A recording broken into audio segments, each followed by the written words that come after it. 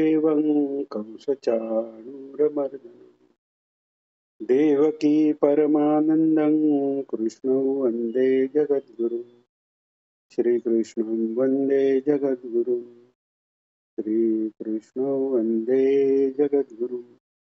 जय श्रीकृष्ण सर्वांना. मूकं करोति वाचालं पङ्गुं लङ्घयते गिरिं यत्कृपातमहं वन्दे परमानन्दं.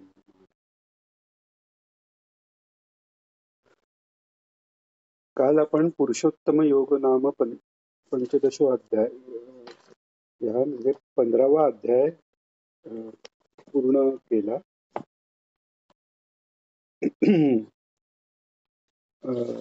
आणि आज आपण 16व्या अध्यायाला सुरुवात करत आहोत.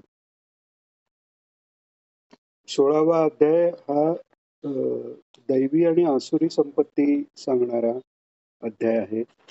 इथे बाकी ठिकाणीही दैवी संपत्तीचा वेगवेगळ्या ठिकाणी उल्लेख आलेला आहे. कशात आलेला आहे तर स्थितप्रज्ञाची लक्षणं, ज्ञानाची लक्षणं, भक्तांची लक्षणं, ही जी सगळी किंवा गुणातीताची लक्षणं जी 14व्या अध्यायात आपण पाहिली, किंवा जो ऊर्ध्वमूल मधशाखा त्या अश्वत्थ वृक्षाला असंग शस्त्रेन दृढेन चित्वा हे जो करू शकतो त्याची त्या महात्म्याची लक्षणं ही सगळी दैवी संपदाच आहे. इथे 16व्या अध्यायात ते मुद्दामून एकत्र भगवंत सांगतायत आणि दैवी संपत्ती बरोबर आसुरी संपत्तीही सांगतायत. याचं कारण असं आहे की दैवी संपत्तीचा विचार केल्यावर ती प्रत्येक त्या संपत्तीतला प्रत्येक जी संपत्ती किंवा जो गुण आहे तो आपल्यात किती आलाय आणि अजून कसा येईल याचा विचार करता येतो. आणि आसुरी संपत्तीचा विचार केल्याने आपल्यात जर आसुरी संपत्ती अशी असेल तर ती हळूहळू कशी कमी करता येईल, ईश्वराची प्रार्थना ती त्याच्याकरता कशी करता येईल, किंवा दैवी संपत्तीचा विकास करून ती आसुरी संपत्ती आपोआप दूर कशी करता येईल, याच्याकरता दोन्ही प्रकारच्या संपत्त्या भगवान सांगतात. पहिला श्लोक. श्री भगवान उवाच अभयं सत्त्वसंशुद्धेर्ज्ञानयोगव्यवस्थितिः दानन्दमश्च यज्ञश्च स्वाध्यायस्तप आर्जवम्. अभयम सत्व संशुद्धी. अभय हा पहिला गुण सांगितलेला आहे. भीती जी आहे त्या भीतीमुळे जग चाललंय असंही म्हणतात. म्हणजे जे ज्ञानेश्वरी माऊलींनी म्हटले, करणे वा न करणे ते आघवे तोची जाणे विश्व चळत असे जेणे परमात्मेने. आता इथे चळत असे जेणे परमात्मेनीचा एक अर्थ असा आहे की विश्व ज्या परमात्म्याने चालतं असा हा एक अर्थ आहे.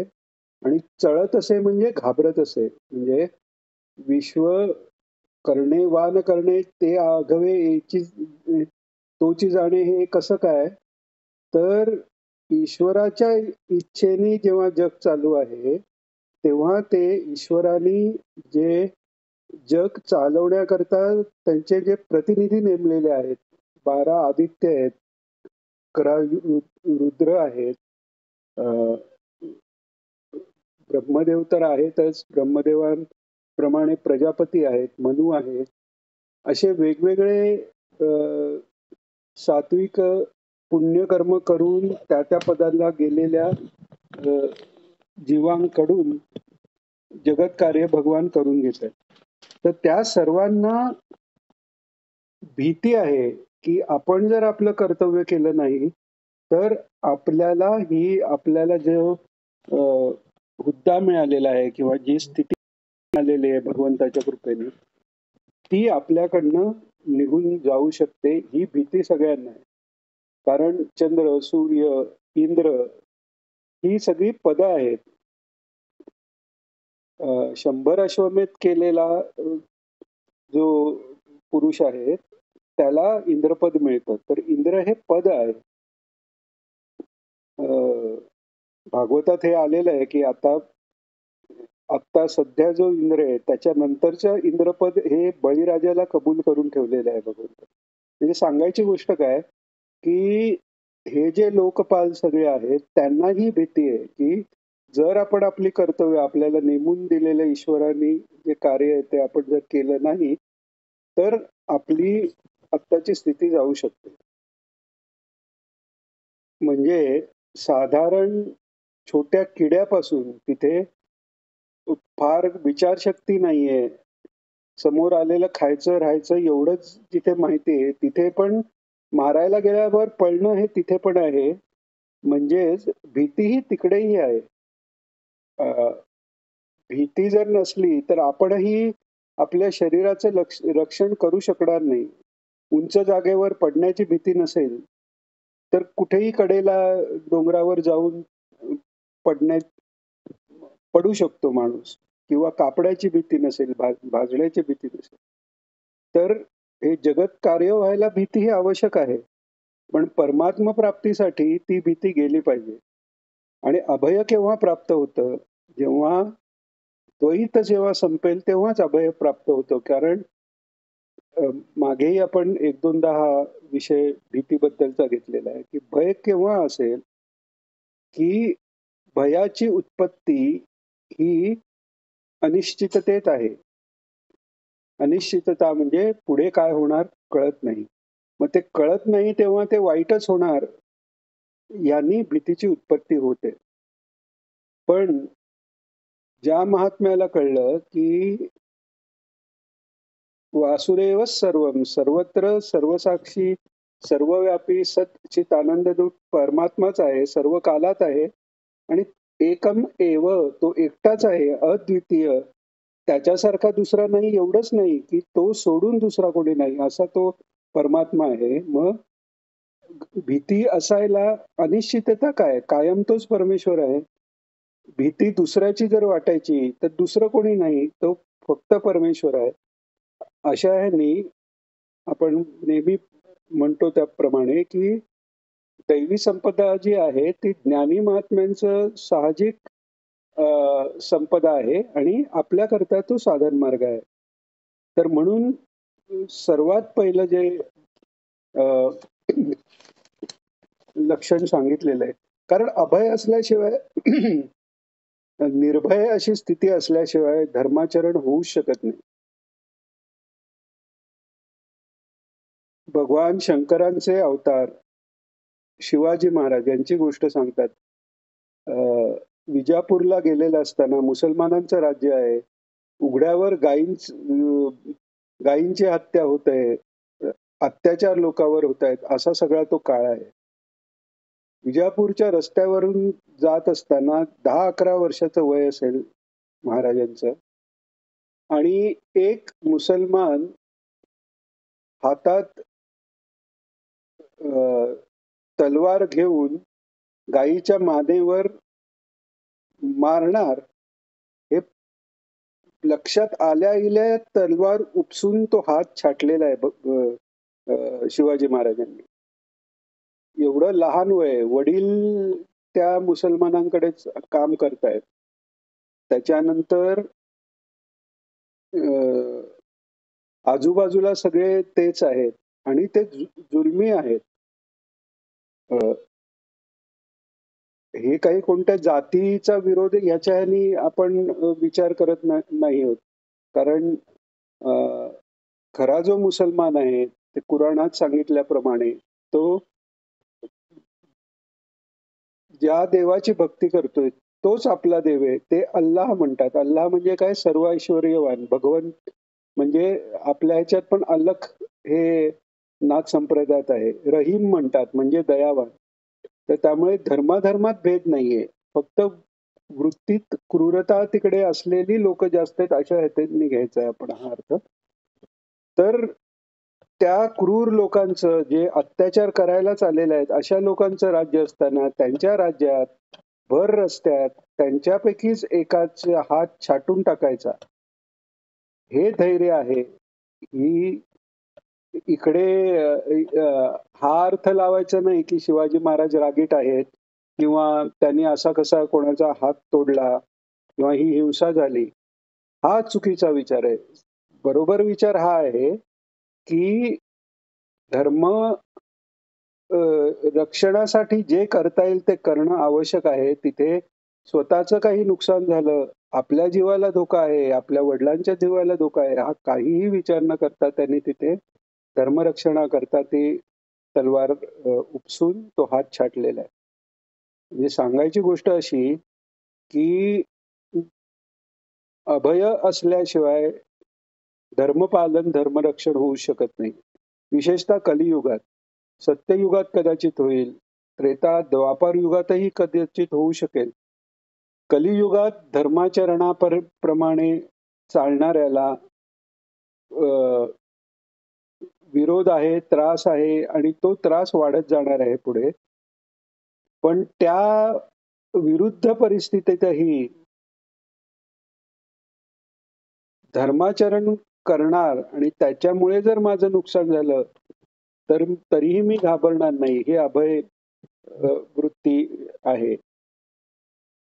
लाच घेणाऱ्या सगळ्या लोकांमध्ये राहणारा सरळ मार्गाचा पुरुष, त्याला बाजूला काढलं जातं किंवा त्याचं प्रमोशन होत नाही. त्याला नोकरीवरनं काढून टाकलं जातं किंवा अशा ठिकाणी बदली करतात की जिथे त्याला त्रास होईल. हे सगळं कलियुगात होत आहे. पण तरीही त्या सगळ्या परिस्थितीत धर्म राखण्यासाठी जो निर्भयपणे प्रयत्न करेल, तर ती सात्विक प्रवृत्ती आहे आणि ती दैवी संपदा आहे. आणि हे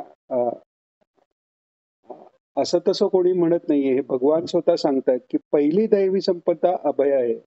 आणि ते अभय कशासाठी? मी कोणालाही मारीन, कोणत्याही स्त्रीचा भोग घेईन, मला कोण काय करणार, हे अभय नाहीये. हे वरकरणी दिसणारी गोष्ट ते अभय नाहीये. असा भ्रष्टाचारी पुरुष आहे तो, त्याच्या मनात अभय असू शकत नाही. जसं रावण म्हणाला की सगळ्या स्त्रिया माझ्या आहेत, मी जगाचा राजा आहे, मला कोण विरोध करणार. तर हा त्याचा अहंकार जरी असला तरी त्याच्या मनात अभय नाहीये. त्याच्या मनात ही जाणीव आहे की तो जरी ऋषिकुमार असला किंवा जंगलात राहणारा राजकुमार जरी असला तरी आपलं वर्तन कुठेतरी त्याला लक्षात आलेलं आहे. कारण तो स्वतः वेदाभ्यास करणारा होता. त्यामुळे भीती त्याच्याही मनात आहे. निर्भय फक्त तोच महात्मा असू शकतो की जो पूर्ण धर्माधिष्ठित असं जीवन व्यतीत करून साधन चतुष्टय संपत्ती जो प्राप्त करतो, तोच अभयम हा दैवी गुण पूर्णपणे त्याला प्राप्त होतो. आणि दुसरं अभय कशामुळे प्राप्त होतं की ईश्वरावर पूर्ण विश्वास आहे, श्रद्धा आहे. सकळ जीवांचा करीतो सांभाळ, तुझं मोकलील ऐसे नाही, असं नाथ महाराज सांगतात. म्हणजे एवढा सगळ्या जगाचा पसारा चालवताय, एवढ्या सगळ्यांना पोचतोय, तुला पोचणार नाही असं होणं शक्य नाही. हा विश्वास पाहिजे. आता याच्यावर कोणी म्हणेल पण काही काही लोक उपाशी राहतात. सर्वात पहिलं म्हणजे जे कोणी उपाशी राहतात त्यांचं जे प्रारब्ध तयार झालंय त्याच्या मुळाशीही अविश्वास आहे की ईश्वर माझं पालन पोषण करेल असा जर दृढ विश्वास असणार तर त्याला उपाशी राहण्याची कधीच वेळ येत नाही. योगक्षेमम वहाम्यहम व्यवहारातलाही आहे आणि अध्यात्मातलाही आहे.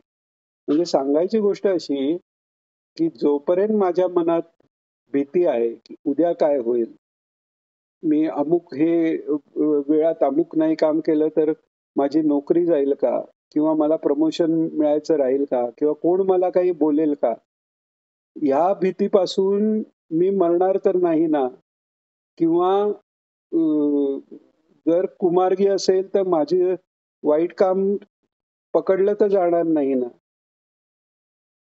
हजार शंका आहेत. आपले मुलं बाहेर गेलेले असताना वेळेत नाही आली, त्यांचं बरं वाईट तर काही झालेलं नाही ना. हे सगळे भीतीचे प्रकार काय येत आहेत? कारण ईश्वरावरचा विश्वास आपला उडाला नसेल पूर्ण, पण कमी झालेला आहे.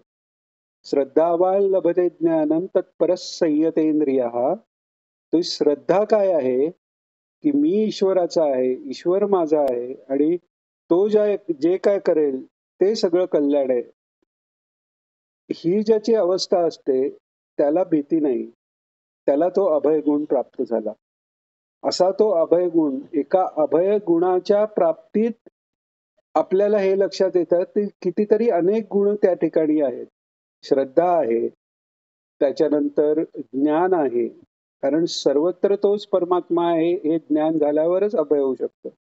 तर श्रद्धा, ज्ञान, अ, साधन चतुष्टय संपत्तीची प्राप्ती म्हणा किंवा अनन्य भक्ती म्हणा, हे सगळं त्या एका अभय अ, या गुणातनं लक्षात येतं. म्हणजे समजा आपण असं म्हटलं की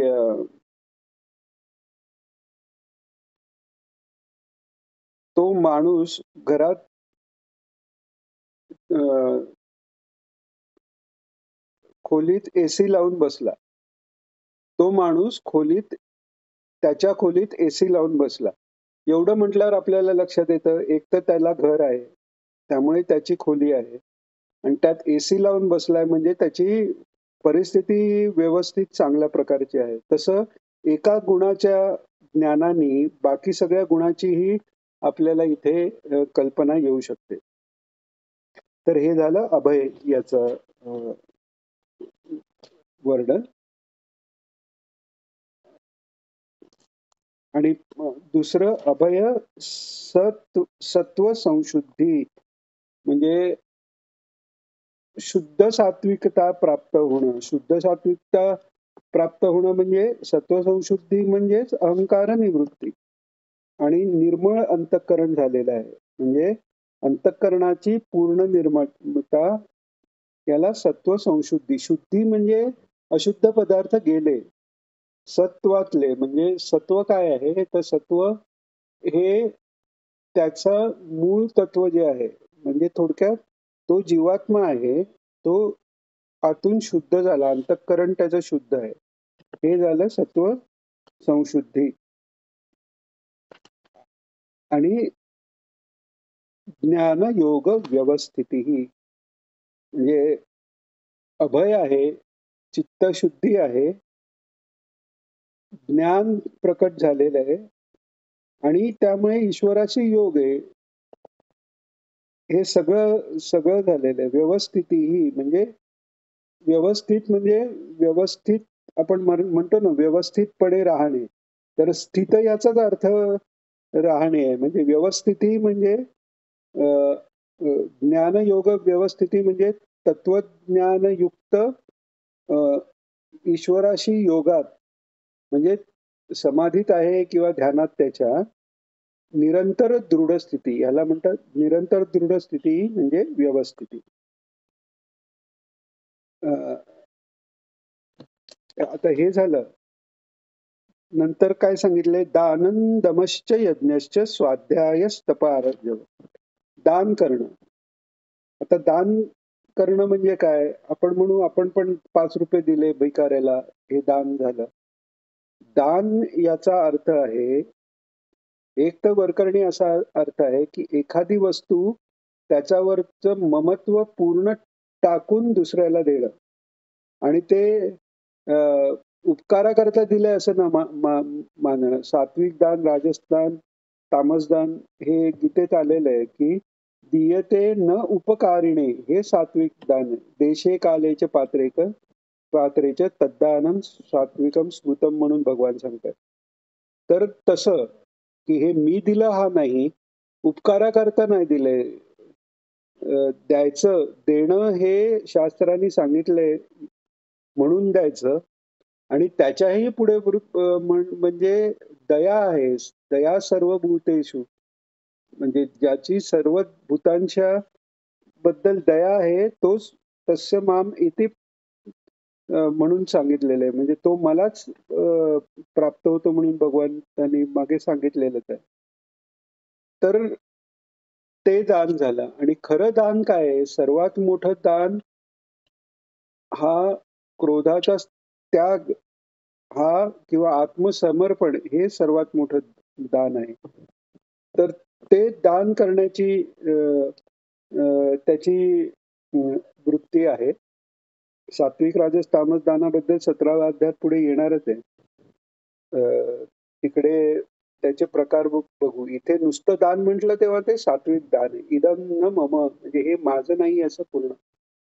आता एखादा विचार करा, आपण एखाद्या ला चांगली अगदी पूर्ण महागातली सुंदर अशी वस्तू भेट दिली आणि त्याने हातात घेऊन ती फिरकावून कचऱ्याच्या डब्यात फेकून दिली. काय वाटेल?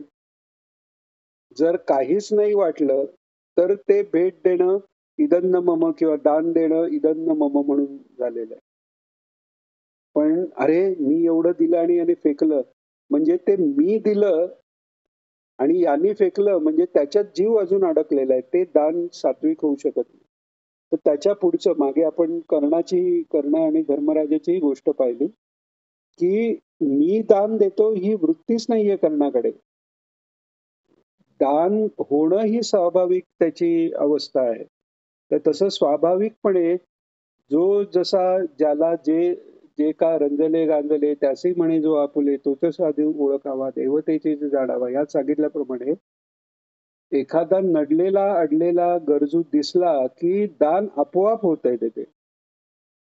तर हे दान म्हणून विशेष हे दान हे करण्याची वृत्ती दान करणं हे पण सात्विक दैवी संपदेत सांगितले.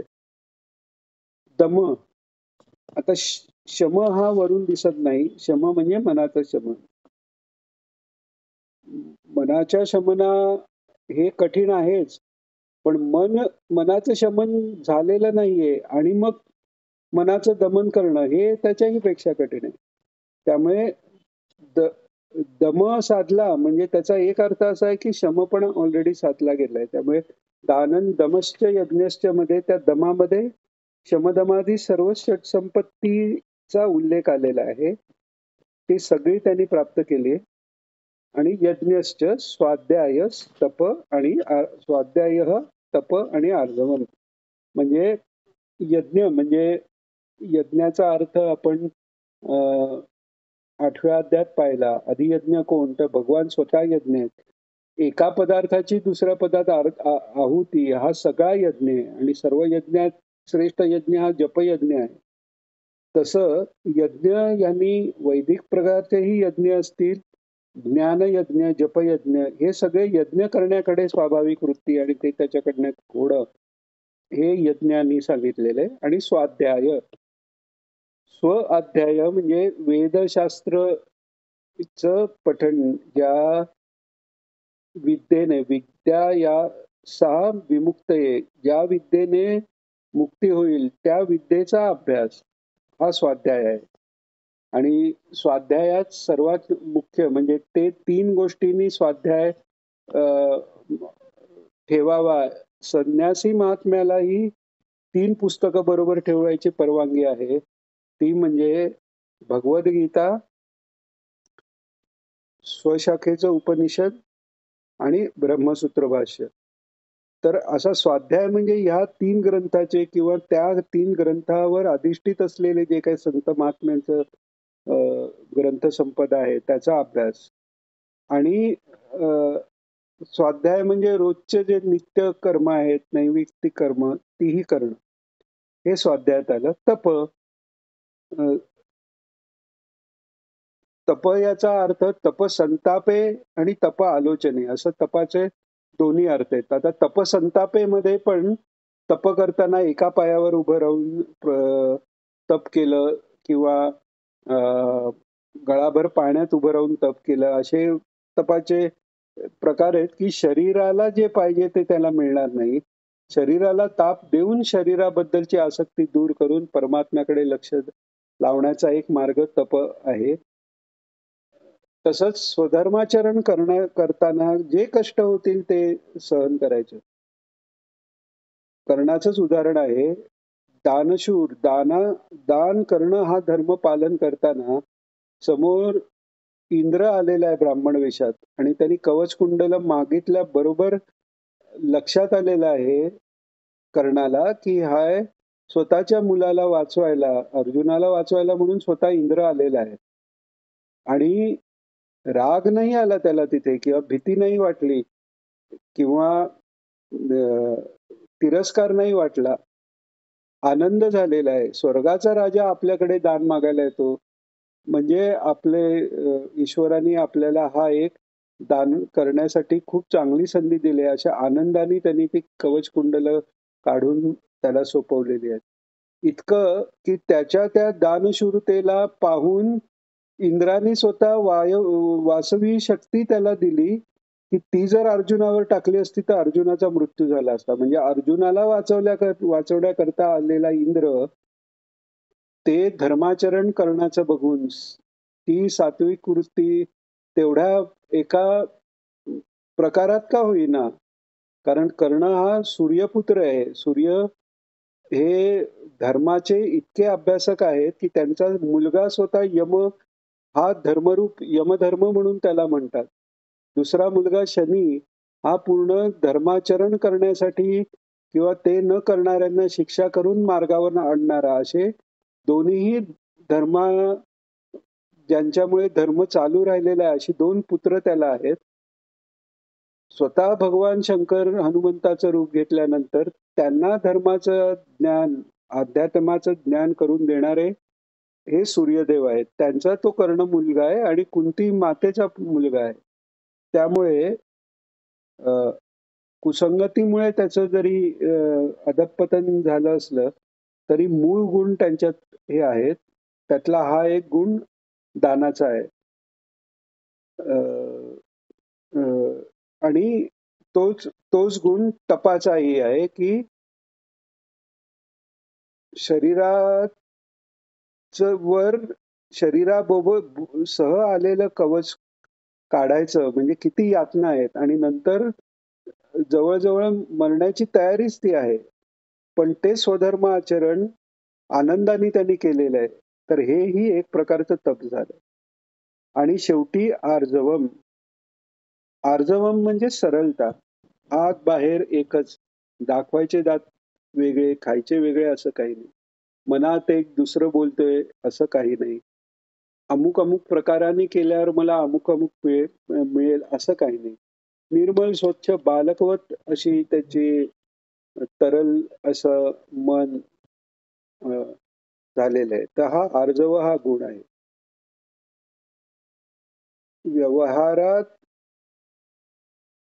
आपल्याला ऐकायला मिळतं की डायनॅमिक असायला पाहिजे किंवा धोरणी असायला पाहिजे. व्यवहारात ठीक आहे, पण अध्यात्मात यांना गुण नाही म्हटलंय. मनाच्या सरलतेला गुण म्हटलंय. भोळा भाबडा भाव हा ईश्वराला प्रिय आहे आणि त्यांनी त्या ईश्वराची प्राप्तीही लवकर होऊ शकते. तसा पहिला श्लोक झालेला आहे. आता दुसऱ्या श्लोकातही पुढची अ, दैवी संपदा सांगतात भगवान. अहिंसा सत्यमक्रोधस्त्यागः शान्तिरपैशुनम् दया भूतेष्वलोलुप्त्वं माधवं ह्रीरचापलम्. अहिंसा. अहिंसा या शब्दाचा अ, चुकीचा अर्थ घेतल्यामुळे सम्राट अशोक त्यांनी तेवढी त्याच्या सगळ्या युद्धातली झालेली हिंसा पाहून त्याला उपरती झाली आणि बौद्धांच्या शरणी तो गेला आणि तिथे महाराज सांगतात की क्षात्र धर्म तिथेच सगळा संपलेला आहे. आज आपण पाहतो क्षात्र ते गेलेलं आहे. सगळं वैश्य शूद्र अ, अ, अशा प्रकारचं सगळ्यांचंच आचरण झालेलं आहे. सगळ्यांचं म्हणजे बहुतांचं म्हणायचं आहे. आचरण तसं झालेलं आहे. आणि त्यामुळे अर्जुनालाही सुरुवातीला तोच प्रश्न पडला ना, की ह्या सगळ्यांना मारून मी जगाचा जरी भोग मिळाला, स्वर्गाचं राज्य मिळालं तरी ते मला नकोय. आणि ह्याला तो अहिंसा मानतोय. ही अहिंसा नाही. जर एक माणसाचा बळी देऊन एक कुटुंब वाटत असेल, तर त्या माणसाला न मारणं ही हिंसा होऊ शकते. किंवा एक एक जो वाईट माणूस आहे, की जो लोकांवर अन्याय करतोय आणि लोकांना मारतोय 100 जणांना, तर त्या माणसाला न मारणं हे 100 जणांना मारण्याचं पाप तिकडच्या राजाला लागतं. म्हणजे अहिंसा ही कंपॅरेटिव्ह आहे.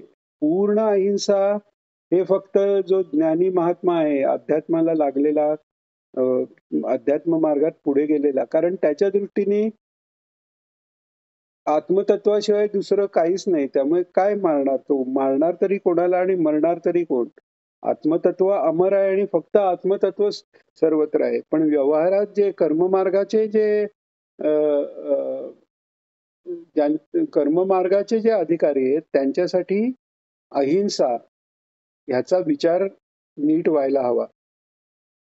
ब्राह्मणाला सर्व काळ अहिंसा आहे, तरी पण आताताई कोणी आला तर ब्राह्मणालाही हिंसा करायला तिकडे परवानगी आहे शास्त्राची. किंवा त्याला हिंसा नाही म्हणत, तिथे अन्यायाचा प्रतिकार करायला परवानगी आहे. ती हिंसा होत नाही.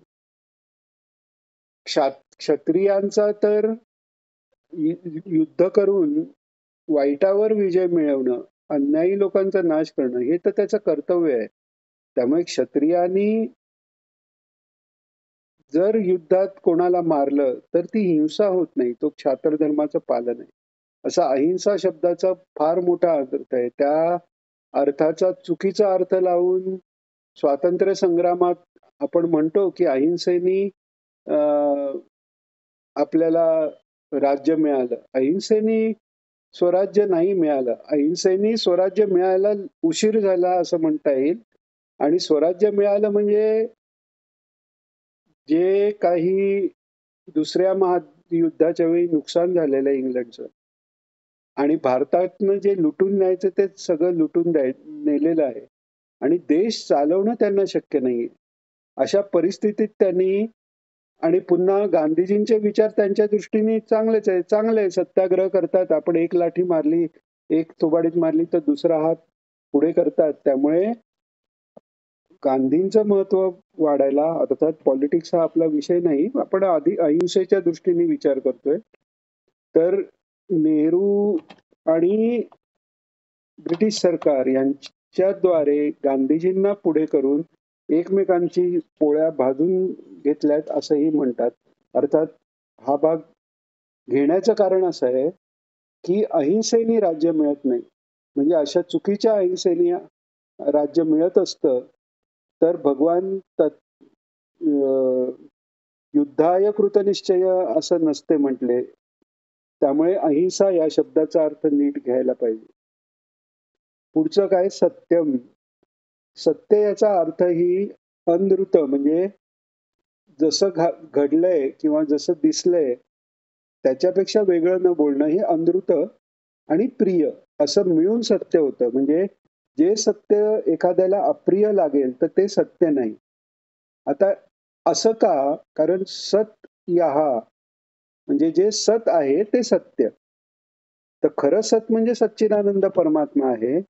पण त्याच्यापेक्षा तो आनंद रूप आहे.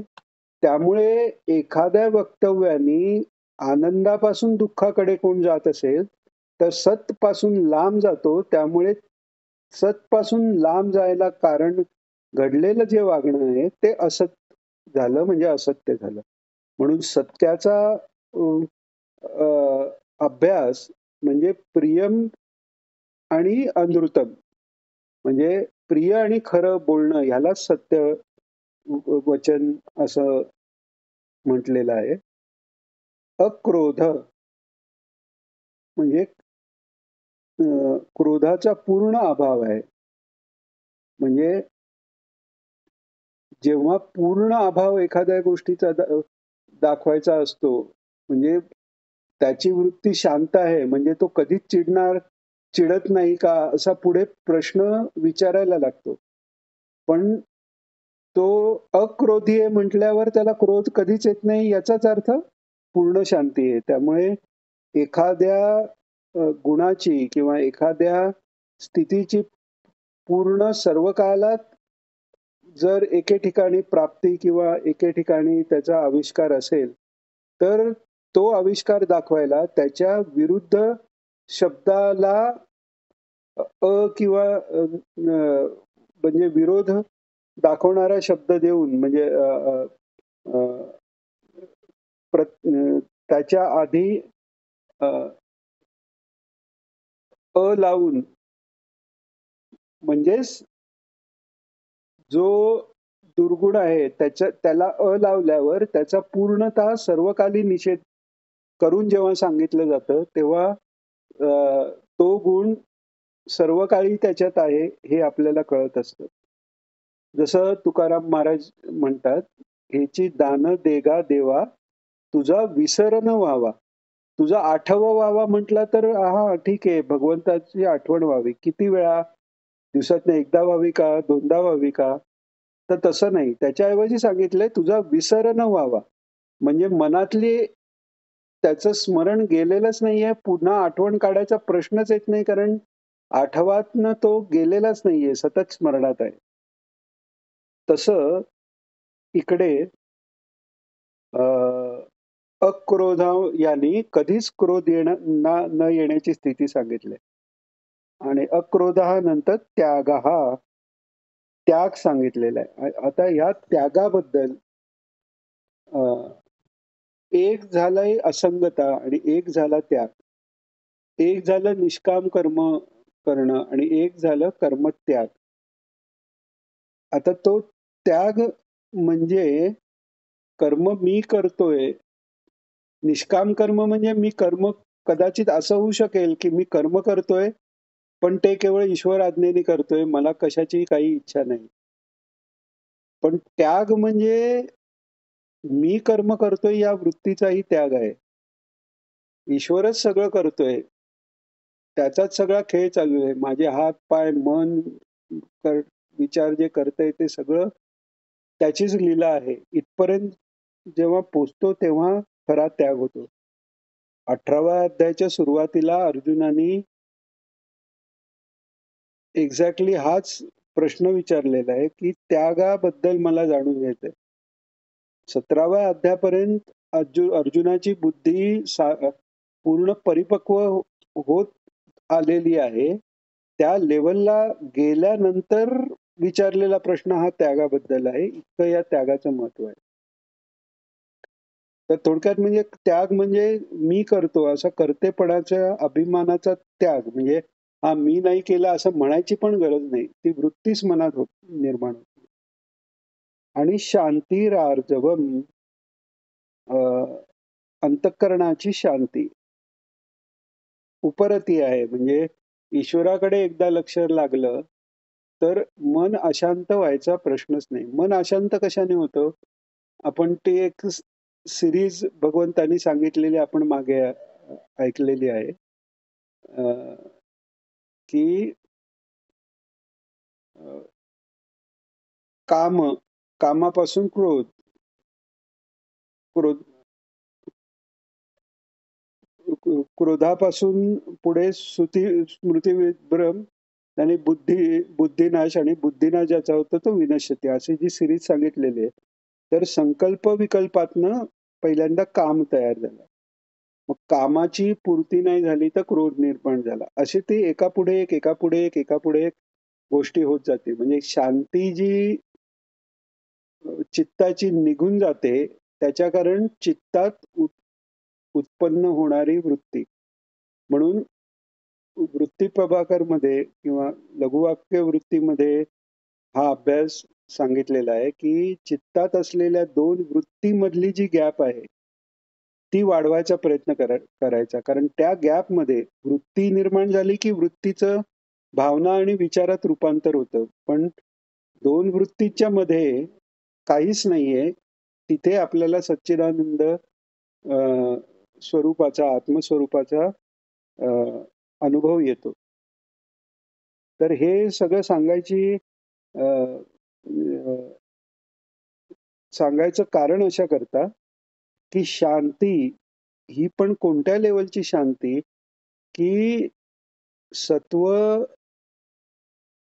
रज तम हे कोणत्याही गुणाचा तिथे उद्रेक नाहीये, अशी ती शांती. आणि अपैशुनम, पैशुन म्हणजे दुसऱ्याची निंदा करणं, अपैशुन म्हणजे त्याचा त्याग. असं म्हणतात की आपण एखाद्याच्या अवगुणाचं जेव्हा वर्णन करतो तेव्हा एकतर त्यात तो अवगुण आहे हे आपल्या कळायला आपल्या मनात तो अवगुण कुठेतरी आहे ना, आणि त्यालाच आपण परत बोलवतो, म्हणजे ते अवगुण आपल्यात येऊ शकतात. आणि दुसऱ्याच्या निंदाने त्याच्या अंतर्यामीही परमेश्वर आहे, आणि परमेश्वर सर्वत्र आहे हे कळायच्या आधीही संत महात्म्यांनी जसं सांगितलंय, ज्ञानेश्वर माऊलींनी सांगितलंय की जे जे भेटी जे भूत ते ते मानी जे भगवंत, हा मार्गाची सुरुवात आहे. ते न करता आपण निंदा करतो म्हणजे विरुद्ध मार्गाने चाललं सारखं नाही का होत. तर त्यामुळे कोणाचीही कोणत्याही काळी निंदा होऊ नये असं जे वागणं आहे ते अपैशुनम हा ही संपदा मिळाल्यावरच शक्य आहे. तर असं कुणाचीही निंदा न करण्याची वृत्ती असणं हे अपैशुन्य आहे. दयाभूतेष्व लोलुप्त्वम, दया आहे स्वाभाविक. आपण पाहिलं स्वाभाविक सर्वभूत हिते रता म्हटलेलं आहे भगवंतानी. दोनदा हा सर्वभूत हिते रता हे संबोधन दोन ठिकाणी आहे, पण त्याच्याशिवायही बऱ्याच ठिकाणी आपण आतापर्यंत पाहिले ना की त्या सर्व भूतेषु पण सांगितलेलं आहे, किंवा समज भूतेषु या सगळ्यातनं जे सांगितलेलं आहे की आतूनच दयावृत्ती आहे, अनुकंपा ज्याला म्हणतात ते आहे. सर्व दया भूतेष्व, दया भूतेष्व लोलुप्त्व म्हणजे दया भूतेषु आणि अलोलुप्त्व म्हणजे सर्व प्राणी मात्रांच्या ठिकाणी. भूतेषु म्हणजे जे काही जन्माला आलाय, दगड जरी असला तरी तोही स्थावर योनी म्हणजे एक जीवच आहे असं लक्षात येतं, तेव्हा त्याच्याबद्दलही दया आहे. अशी निरहेतुक दया आहे. आपली जी दया आहे ती एक तर कार्यकारिणी प्रत्येक वेळी होऊ शकत नाही, कारण आपली शक्ती अल्प आहे आणि आपली मनाची शक्तीही अल्प आहे. कारण काय, कोणावर दया करून मला काही कशाची इच्छा नाही, मी अमक्याला मदत केली, मी मनात परत आणत पण नाही. पण ज्याला मदत केली तो तो कृतज्ञतेने वागल्यावर आपण फसवलो गेलो म्हणून जी भावना निर्माण होते किंवा राग निर्माण होतं, याचा अर्थ ती खरी दया नाहीये. ती जी दया आहे ते मी कसा दयाळू आहे आणि मला तुम्ही दयाळू आहात असं दुसऱ्याने म्हटल्यावर कशा गुदगुल्या होतात, हा आपण विचार करायला पाहिजे. म्हणजे खरी दया आहे हा स्थायी भाव आहे. आपण मगाशी पाहिलं जे का रंजले गांजले यांनी सांगितलेलं आहे, किंवा वृक्षवल्ली आम्हा सोयरी वनचरे म्हटलंय. म्हणजे ती जी वनचर आहेत ती सोयरी म्हटलेत, म्हणजे जसं आपले सोयरे मुलं बाळ बायको जे आहेत त्यांना काही दुःख झाल्यावर त्यांच्या मदतीला आपण जातो, आपल्याला दुःख होतं.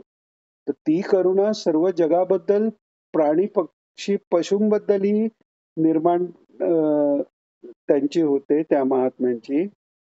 तर तेव्हा ती दया कार्यकारी अशी दया त्यांची आहे. असा त्यांचा जो स्वभाव आहे, अशी कैवल्याची जाती करी लाभावून प्रीती. ही प्रीती का आहे की प्रत्येक ज्या संकल्पाने भगवंतानी एकोहम बहुश्याम यांनी ईश्वरानी चा जो संकल्प झाला त्याचा उद्देश सर्व रूपाने स्वतःचा आनंद घेता यावा, तोच संतांचा उद्देश आहे की आपल्याला जो आनंदाची प्राप्ती झाली तेच आपल्याच रूपाने या सर्वत्र नटलेले वेगवेगळे जीव आहेत त्या रूपांना जो अध्यास दिसतोय तो जाऊन तिथेही तीच आनंदाची प्राप्ती व्हावी, अशी स्वाभाविक आणि सक्रिय दया त्यांची आहे. भूत आणि अलोलुप्त्वम म्हणजे लोलुपता नाही, इंद्रिय विषयांच्या ठिकाणी आसक्ती ही त्यांची नाहीये. मार्दव आहे. नम्रपणे कोमलपणा त्यांच्या वागण्यात, बोलण्यात, उठण्यात, बसण्यात एकदम सगळं असं मऊ असावं तसं मधुराधिपते अखिलम मधुरम म्हणतात तसं. तसं संत महात्म्यांचं आहे की बोलतील तरी इतक्या मायेनी आणि मार्दवानी, वागतील इतक्या मायेनी. त्यांचे सत्पुरुषांचं एक लक्षण पाहायला हरकत नाही. तळपाय आणि तळहात पावे किंवा पाय आणि हात त्यांना स्पर्श केला तर ते मऊ मुलायम असतात. पाय जमिनीवर किंवा मातीवर जाऊन जरी चालत गेले आणि नंतर त्यांचे पाहिले तरी ते नितळ असतात. हे एक सत्व गुण वाढल्याचं किंवा शरीरातल्या पंचमहाभूतांपैकी जड भूतांचा अंश कमी झाल्याचं हे लक्षण आहे. तर सांगायची गोष्ट अशी की ही कोमलता वागण्या बोलण्या शरीराची कोमलता ही सगळी त्याच्यात आहे. आणि मार्दवन झालं रीर चापलम. री म्हणजे लज्जा. श्रद्धा सताम कुलजन प्रभवस्य लज्जा म्हणजे सत पदार्थाच्या पदार्थाच्या ठिकाणी श्रद्धा आणि कुल आणि जनाची मुळे वाटणारी लज्जा हे देवीचं स्वरूप सांगितलेलं आहे. अमुक हे कर्म करायला, वाईट कर्म करायला लाज वाटणं हे सत्वगुणाचं दैवी प्रकृतीचं लक्षण सांगितलेलं आहे. अशी ही री आहे. री म्हणजे लोक किंवा शास्त्र यांच्या विरुद्ध आचरण करण्याची लाज वाटणं. आणि अचापलम चपलता नाही तिथे म्हणजे स्थिरता आहे. वागण्यात बोलण्यात एक असा ठराव दिसून येतो. ठहराव हिंदीत ज्याला म्हणतात. इथे गांभीर्य आहे आणि तो शांतपणा आहे. चपलता नाहीये. आपण जास्त गोंधळून गेलो की डोळे इकडे तिकडे होतात. पण तेच मन शांत असलं की डोळेही स्थिर होतात आणि अर्धोन्मिलित दृष्टी आपोआप होते. तुम्ही कधी विचार करून पहा. नीट छान शांत जर मन असलं आणि आतून तो जर परमात्म्याचा आनंद थोडा जाणवू लागला तर ते चित्त इतकं शांत होतं चपलता सोडून देतं. आणि चपलता पूर्ण जर सोडली तर श्वास निरोध होतो आणि समाधीचा लाभ होतो. तसं हे अचापलम हा एक दैवी प्रकृतीचा भाग सांगितलेला आहे.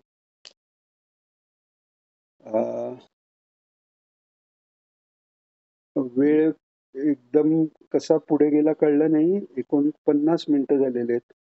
आणि आश्चर्याचं गोष्ट म्हणजे झूम 40 मिनिटाचं असतं पण 49 मिनिटं कसं चाललं काही माहिती नाही. तर अजून त्याची परीक्षा न बघता प्रार्थना घेऊन आजचा भाग इथे थांबवूया. आज आपलं 16वा अध्याय आणि